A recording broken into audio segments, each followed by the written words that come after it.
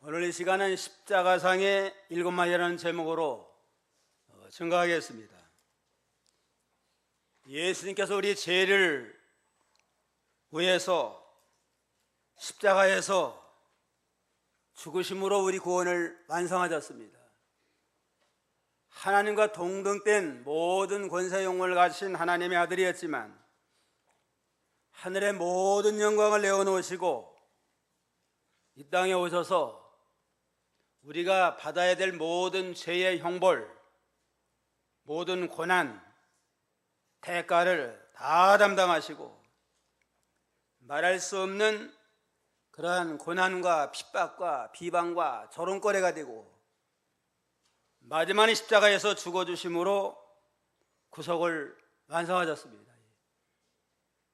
예수님의 죽음은 참으로 비참한 죽음이었지만 하나님 없을 때는 가장 아주 값비싸고 아름다운 그러한 죽음이었고 인류 역사상 가장 위대한 죽음의 길을 걸어가셨습니다. 예수님의 죽음을 통해서 죄인된 우리에게 구원의 길이 열리고 영생의 소망이 이루어지게 됐습니다. 이 예수님께서 십자가상에서 7마디를 하셨는데 7마디를 통해서 영적 교훈을 받는 은혜의 시간이 되어야 되겠습니다. 첫째는 저희를 사하여 주옵소서 하고 용서의 기도를 하셨습니다. 33, 34절 한번 읽으세요. 33절 해골이라 하는 곳에 이르러 거기서 예수를 십자가에 못 박고 두 행악자도 그렇게 하니 하나는 우편에 하나는 좌편에 있더라. 이에 예수께서 가라사대 아버지여 저희를 사하여 주옵소서 자기의 하는 것을 알지 못함이니이다 하시더라. 저희가 그의 옷을 나눠 제비 뽑을세. 해골이라는 것은 골고다 언덕이에요. 골고다 언덕이 아마 이 해골처럼 생겼던 모양입니다. 거기에서 예수님이 십자가에 못 박히게 됐는데 두 행악자도 그렇게 못을 박아서 좌우에 예수님 우편과 좌편에 십자가에 못 박히고 예수님은 중앙에서 십자가에서 못 박혀서 돌아가시게 됐습니다. 십자가상에서 주님이 처음으로 외친 말씀은 아버지요 저희를 사하여 주옵소서 저희 하는 것을 알지 못하나이다 하고 용서의 기도를 들으셨습니다.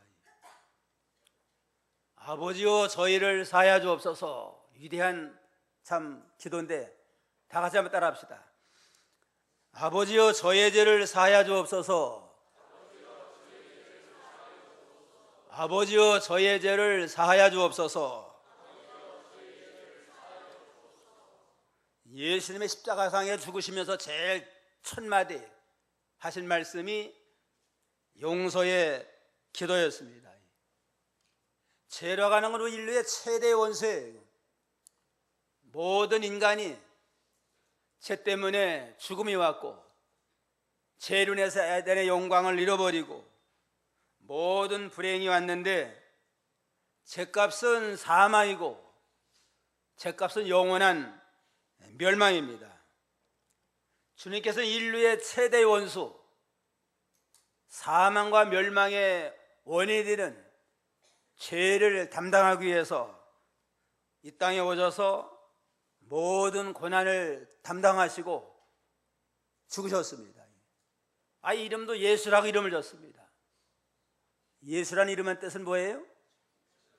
자기 백성을 저희에게서 구원하신다. 이름도 아예 구원자다.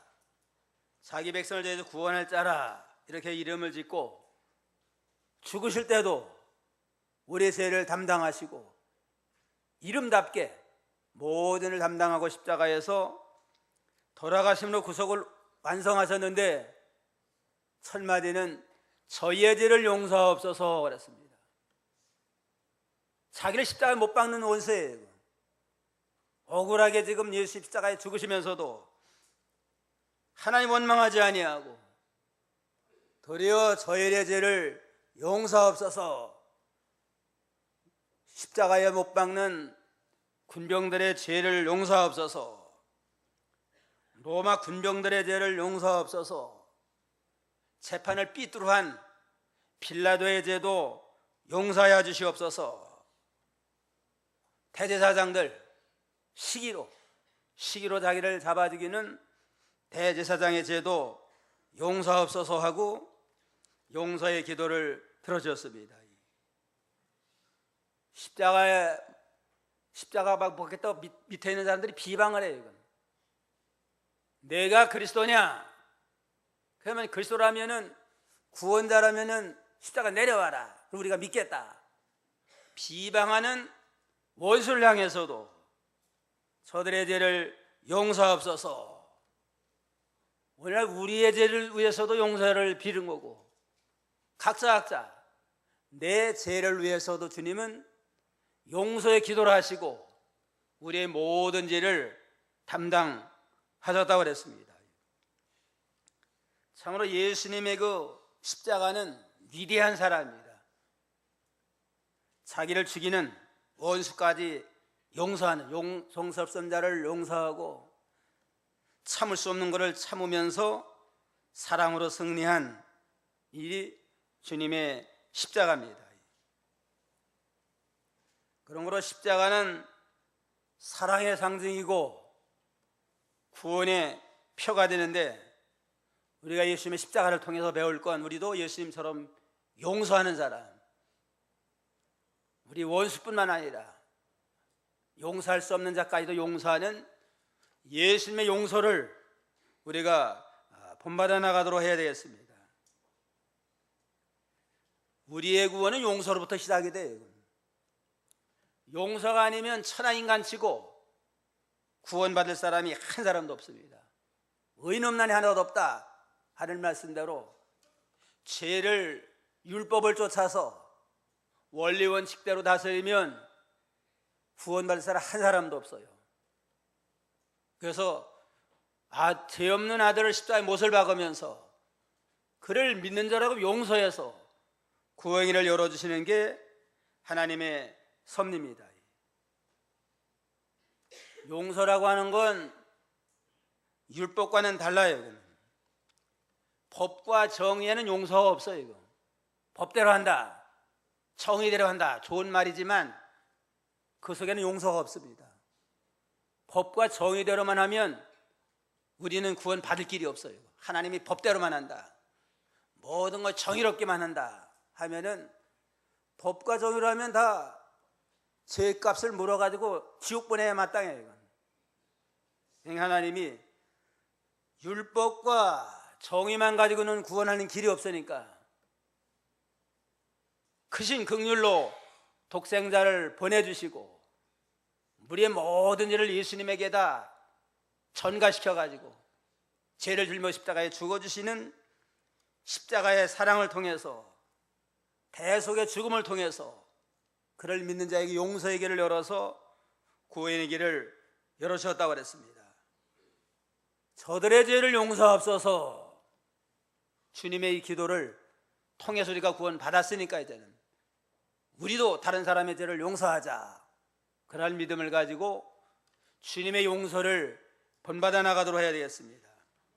이 주님의 이 기도를 본받아 나간 성도가 스데반 집사예요. 스데반 집사 복음 전하다가 억울하게 돌에 맞아 죽는 그 상황 속에서도 저들의 죄를 용서하옵소서, 저들이 알지 못해서 그러니 저들의 죄를 용서하옵소서 하고 용서의 기도를 드렸다고 그랬습니다. 사람으로서는 이런 기도 할 수 없잖아요. 그러니까 성령의 도우심을 통해서 구속의 은혜를 힘입어서 성령으로 말미암아 용서할 수 없는 용서하는 자도 용서하고 돌로 떼기로 죽이는 그들 향해서 아버지여 저들의 죄를 용서하옵소서 하고 용서의 기도를 드리는 그 신앙을 우리가 알 수가 있습니다. 용서하는 자에게 하나님의 한없는 용서를 베풀어줘요. 그래서 우리가 매일 암송하는 주기도에도 우리가 우리에게 죄 지은 자를 사하여 준 것 같이 우리의 죄를 사하여 주옵소서 하고 매일 용서한다는 기도하잖아요. 그래, 과연 우리가 기도는 잘하는데 실제 얼마나 용서하나? 나를 죽이려고 하는 원수까지 용서하나? 돌아보고 용서하지 못한 걸 회개하고 참으로 예수님처럼 스데반처럼 원수까지 사랑하는 용서의 사람이 되게 하옵소서 하고 간절히 기도하는 기도의 사람이 되어야 되겠습니다. 알래스카에 선교하는 그랜델 선교사라는 사람은 의대상으로서 이제는 그 젊은이 과정으로 이렇게 연수를 가가지고 알래스카 무이촌에 거기 가서 봉사하게 됐대요. 어떤 가정주부가 사경을 헤매는데 원인은 남편이 술 먹고 이유 없이 때린 거예요. 그냥 이유 없이 때려가지고 조금 사경을 헤면서도 하나님 앞에 기도하더래요. 남편에게 용서해달라고. 얼마나 원한을 맺었을 거 아니에요? 매 맞을 죄가 있어가지고 매 맞는 매 아니고 아예 이유 없이 술 먹고 와가지고 때리다가 지금 죽어가면서도 그 사람을 위해서 참 저가 예수를 모르니까 그 영혼 불쌍합니다. 저를 용서해달라고 기도하는 것에 감동을 받아가지고 야, 이건 사람으로 할 수 없는 일이다. 나도 주를 위해서 헌신해야겠다. 그래서 결심을 하고 그곳에 와서 알래스카에서 평생토록 선교의 사명을 감당했다고 합니다. 용서는 다른 자기의 죄만 용서받는 게 아니고 다른 사람에게 구원의 역사가 나타나요.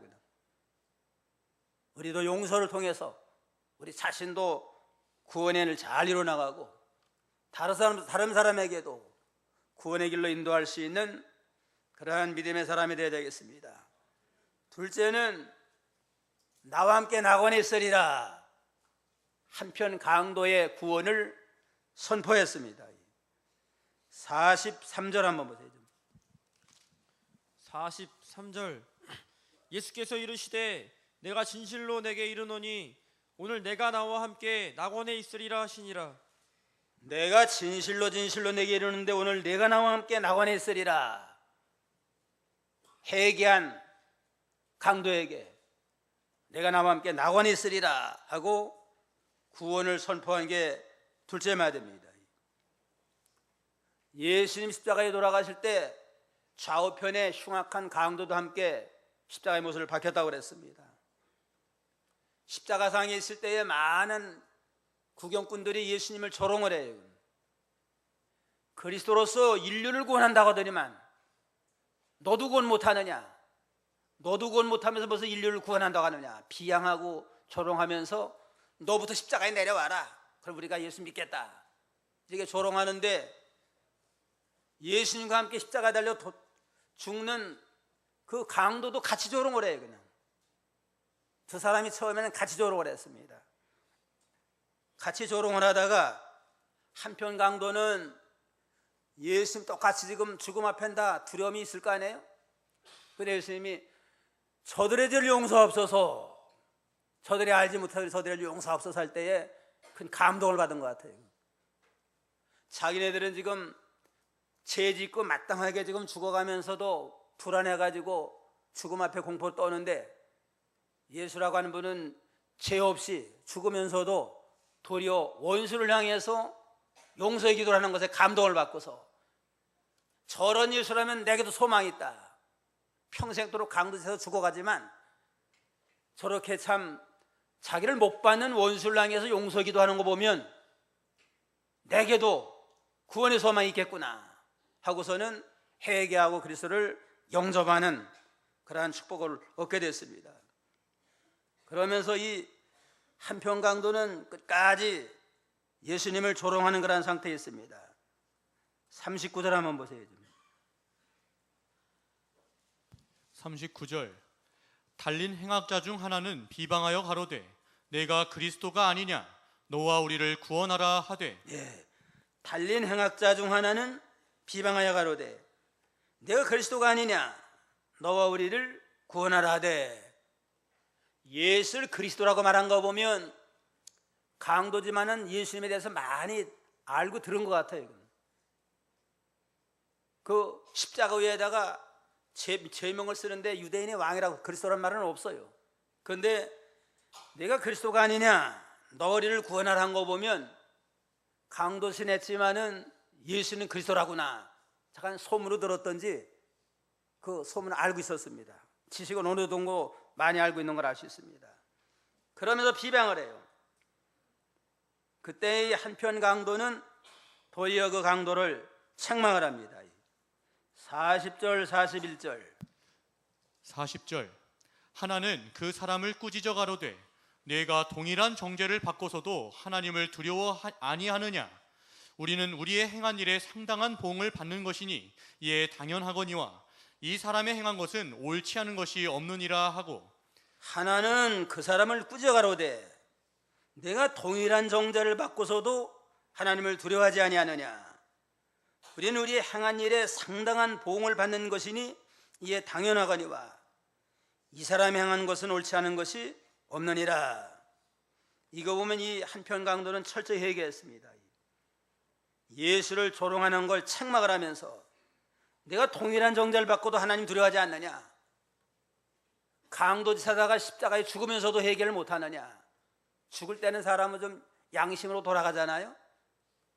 죗값으로 죽는 마당에 너는 회개를 못하고 하나님 두려워하지 않느냐 한 거 보면 이 강도는 하나님만 마땅히 죽을 죄를 졌습니다 하고 죽는 마당에 하나님을 두려워하면서 회개하는 그러한 모습을 우리가 알 수 있습니다.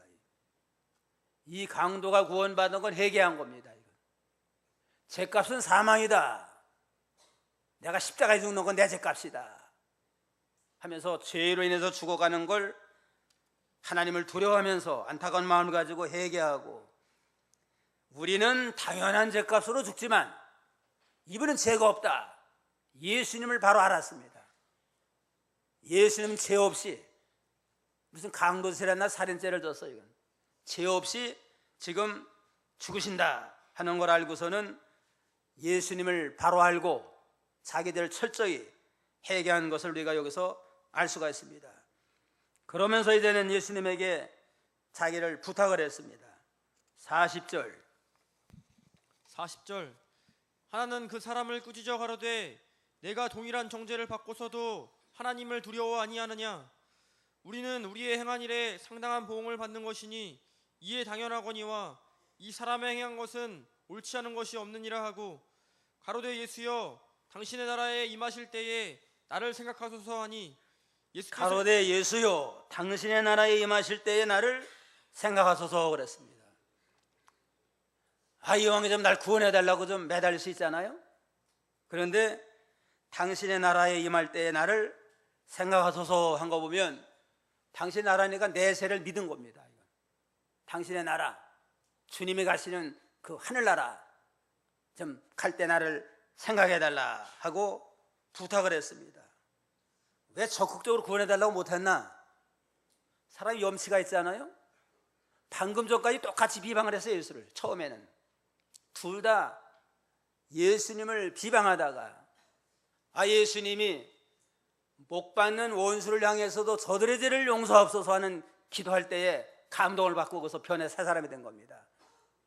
방금 전에 이렇게 비방하다가 구원해달라고는 염치가 없잖아요. 그러니까 나를 생각이나 해달라, 당신의 나라 생각해달라고 부탁을 할 때에 주님은 아주 확실하게 구원을 보장을 했습니다. 43절 다 같이 한 목소리로 예수께서 이르시되 내가 진실로 내게 이르노니 오늘 내가 나와 함께 낙원에 있으리라. 확실한 구원을 보장을 했습니다. 내가 회개하고 이제는 하나님의 나라가 있는 걸 믿고 나를 생각하다고 부탁했으니까 내가 너를 구원하마. 오늘 내가 나와 함께 낙원에 있으리라 하고 확실한 구원을 보장해줬다 그랬습니다. 죽는 순간이라 할지라도 회개하고 예수 영접하면 구원에 이르게 됩니다. 구원받는 데 다른 조건이 없어요. 그냥 회개 예수만 영접하면 돼요. 그냥. 그래서 이 사람이 모든 인류 가운데 가장 아주 그냥 행운아 같아요. 그냥 죽음 몇 시간 남겨놓고 회개하고 예수를 영접함으로 구원에 이르는 그런 큰 축복을 얻게 됐다고 그랬습니다. 그 다음에 셋째는 어머니를 부탁을 했습니다. 여자여 보소서 아들이니이다 하고 사도 요한에게 아들로서의 본분을 다할 것을 부탁을 했어요. 요한복음 19장 26절로 27절 19장 26절 예수께서 그 모친과 사랑하시는 제자가 곁에 섰는 것을 보시고 그 모친께 말씀하시되 여자여 보소서 아들이니이다 하시고 또 그 제자에게 이르시되 보라 내 어머니라 하신대. 예수 십자가에서 지금 고난당하는 걸 보고 그 모친과 또 주님의 그 동생들 또 마리아 모든 안타까워하는 여자들 성도들이 거기서 지금 안타까워하고 있습니다. 죽는 모습 십자가에 못 박힌 모습, 그 모습을 보고서 그때 이 아들로서 맏아들로서 어머니를 잘 모셔야 되는데 사명을 위해서 먼저 가니까 어머니를 가장 사랑하는 제자 사도 요한에게 부탁을 한 겁니다. 여자의 보소서 아들입니다. 마리아에게는 요한을 가리키면서 아들입니다. 나는 사명을 먼저 가지만 내 대신 이 요한이가 어머니 잘 모실 겁니다. 제자를 향해서는 보라 내 어머니다. 내가 내 대신 어머니를 잘 모셔라 하고 운명을 했습니다. 예수님은 살아계신 동안에도 부모를 잘 공경을 했어요. 순종하여 받들더라 하면서 잘 모시고 마저 운명하는 순간에서도 또 아들 도리를 다하지 못하는 걸 안타까워하면서 사랑하는 제자에게 부탁하면서 운명하는 걸 알고 있습니다. 진정한 믿음이라고 하는 건 하나님께도 바로하고 부모를 잘 공경하고 십계명으로서 첫째 둘째가 나 외에 다른 신 섬기지 말아라. 오상속이 말라 첫째 아니에요? 일륜계명의 첫째는 제5계명 네 부모를 주 안에서 공경하라 하는 게 첫째예요. 그러니까 위로 하나님의 사명을 위해서는 죽기까지 순종을 하고 또 부모에 대해서는 나는 먼저 가지만 젊은 어린 제자를 통해서 어머니를 잘 봉양하라 하고 부모에 대한 도리를 바로한 예수님을 바로할 수 있습니다. 이와 같이 참 믿음으로 사는 성도는 위로 하나님도 잘 공경하고 부모에 대한 도리, 책임, 의무를 잘 감당하는 게 진정한 믿음이다 하는 걸 우리가 여기서 알 수가 있습니다. 그러면 이 사도 요한에게 예수님을 부탁을 했느냐? 자기 육신의 동생들도 거기 있었을 거예요. 근데 예수님의 육신의 동생들은 예수님 살아있는 동안 예수를 안 믿었어요. 자기 형님이 하나님의 아들이래요. 자기 형님이 죽었다고 다시 살아난대요. 그냥 늘 자기 먹고 자던 그러한 형님이 하나님의 아들이다, 내가 죽지만 살아난다고 믿어지겠어요? 육신적인 면만 생각을 하고 예수를 안 믿었어요. 그러니까 어머니를 믿음 없는 어머니에게 부탁하는 것보다도 믿음 좋은 제자에게 부탁을 해야만 믿음 중심으로 부모를 잘 섬길 거 아니에요? 진정한 효도는 믿음 잘 지키는 겁니다. 부모의 신앙은 믿음 잘 지키고 또 부모에 대해서도 믿음으로 잘 받들어서 부모로 하여금 믿는 일 잘하도록, 안 믿는 부모는 전도해서 예수 믿도록 하고, 믿음 좋은 부모를 봉양할 때는 부모가 믿음 생활을 마음껏 하도록 배려해드리고, 교회에서 건축 연구하라고 그러는데 좀 연구해야 되겠다 그러면은 아주 그냥 자녀들이 이거 하시라고 그러면서 연구도 좀 하도록 후원해드리고, 봉사 나간다면 봉사할 수 있도록 해드리고, 믿는 일 잘하도록 후원하는 게 진정한 그러한 효도다 하는 걸 우리가 여기서 알 수가 있습니다. 넷째는 엘렐리 사박다니 어찌하여 나를 버리시나이까 하면서 하나님 앞에 또 감탄했습니다. 마태이 27장 46절 27장 46절 제9시쯤에 예수께서 크게 소리질러 가라하되 엘리 엘리 라마 사박다니 하시니 이는 곧 나의 하나님 어찌하여 나를 버리셨나이까 하는 뜻이라. 십자가상에서 엘리엘리나마 사박다냐고 큰 소리를 외쳤습니다. 그러니까 이 잘 모르는 사람들은 야, 엘리야를 부르나 보다 그렇게 말했지만 그 뜻은 나의 하나님 어째 나를 버리시나이까 하고 부르시는 건 고통 가운데 원망하는 기도가 아니고 얼마나 하나님의 백성을 사랑했다면 하나밖은 독생자를 십자가에 죽이기 전까지 구원하려고 하십니까 하는 구원에 대한 감격입니다. 얼마나 참 택한 백성들을 사랑했다면 하나밖에 없는 아들까지 죽이면서 구원하려고 하십니까? 주님의 하나님의 그 사랑, 놀라운 사랑에 대한 감격하는 그러한 믿음으로 하나님 앞에 기도한 겁니다. 이건 주님을 특별히 사랑하니까, 하나님을 사랑하니까 제자를 우리를 사랑함으로 아들까지 죽였어요. 그냥. 어떤 의미로는 예수님보다 우리를 더 사랑했어요. 그냥. 더 사랑하니까 예수님을 죽이면서까지 우리를 구원해 줬잖아요. 이토록 특별한 사랑의 대상으로 영광의 대상자가 됐는데 우리가 이 사랑으로 구원 받았으면서도 주님의 은혜에 보답하지 아니하고 불순종하는 건 아주 하나님 앞에 큰 죄다 하는 걸 깨달아야 됩니다. 다섯째는 목마르다. 심히다 물과 피를 다 쏟으니까 얼마나 안타깝겠어요. 목마르다 하고 외치고, 여섯째는 다 이루었다. 요한복음 19장 30절. 19장 30절. 예수께서 신 포도주를 받으신 후 가라사대 다 이루었다 하시고 머리를 숙이시고 영원히 돌아가시니라. 다 이루었다 하는 건 하나님의 영원한 뜻을 다 이루어 나갔습니다. 하나님의 영원한 뜻은 하나님의 백성들이 지금 다 죄값으로 지옥 가야 마땅한데 그 구속을 완성하는 일을 해야 되는데 구원 완성은 죄 없는 자가 죽는 일이에요. 그래서 예수님이 지금 십자가에서 죽으면서 하나님 아버지의 영원하신 사명, 뜻을 이루고 지금 다 이루고 갑니다 하고 하나님 앞에 선언했습니다. 하나님의 뜻을 다 이루었나이다. 모든 택한 백성들의 구원 문제를 완전히 이루었나이다. 구원의 길을 열었나이다 하는 그러한 고백을 하고 하나님 앞에 운명을 했습니다. 예수님만 할 수 있는 기도예요. 이거는. 하나님 앞에 하나님에서 다 이루고 갑니다 할 사람이 어디 있겠어요? 우리도 언젠가는 하나님 앞에 이제는 부름받게 되는데 마지막 운명하면서 내게 대한 하나님의 뜻을 다 이루고 갑니다 하고 선언하고 갈 수만 있다면 그 사람은 참 아주 성공적인 인생을 산 사람입니다. 이런 사람은 쉽지 않아요. 이거는. 예수님은 하나님의 사명, 하나님의 말씀 하나도 어기지 아니하고 100% 순종하면서 죽기까지 순종하면서 다 이루었나이다 하고 최후 선언하고 갔다고 그랬습니다. 우리도 하나님 앞에 언젠가는 갈 때에 내게 맡긴 모든 사명 다 이뤘습니다 하고 당당하게 설 수 있는 자가 되도록 믿음의 사명자 감당한 하루하루를 후회 없도록 믿음으로 사는 저희가 되어야 되겠습니다. 마지막으로는 내 영혼 아버지 손에 부탁하나이다. 46절 다 같이요.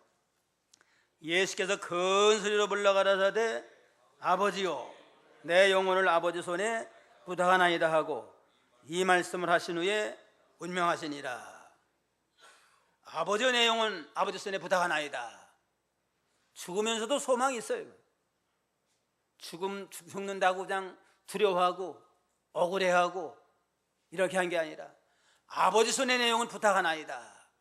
죽지만은 아버지 나라에 가서 영원히 살 걸 믿습니다. 그러므로 내 영혼 아버지 손에 부탁하나이다 하고 소망 가운데 아주 하나님 앞에 온전한 제물로서 이렇게 하나님의 제물이 됐다고 그랬습니다. 오늘 우리에게도 언젠가는 마지막이 닥칠 수 있는데 다 이루었습니다. 아버지 내 영혼 받아소서 하고 소망 가운데 하나님 앞에 참 기쁨으로 운명할 수 있는 그러한 복된 성도가 다 되어야 되겠습니다. 정주영이나 이병철 대단한 사람 아니에요? 국가적으로 세계적으로 큰일 많이 했는데 그런데 세상엔 대단한 사람이었지만 하나님에 가서는 참 아주 잘 모르지만 안 믿은 것 같아요. 두 분 다. 그 가정이 믿지 않았으니까. 세상에서는 대단했지만 하나님 앞에 가서는 믿음이 없으니까 구원 못 받고 멸망에 들어갔을 거 아니에요. 세상에서는 참 우리나라 첫째가 둘째가는 부자였지만은 하나님 앞에 설 때는 거지 나 사람만도 못해요. 그냥 거지 노릇했지만 하나님 앞에 아브라함의 품에 잠겼잖아요. 언젠가는 우리도 하나님 앞에 갈 때가 있는데 세상에서 뭐 영광 얻는 건 다 지나가고 하나님 앞에 어떠한 믿음 준비를 하나 그걸 늘 바라보며 예수님의 7마디를 늘 명심해서 하나님 앞에 설 때 부끄러움 없이 당당히 설 수 있는 저희가 다 되어야 되겠습니다. 기도하겠습니다.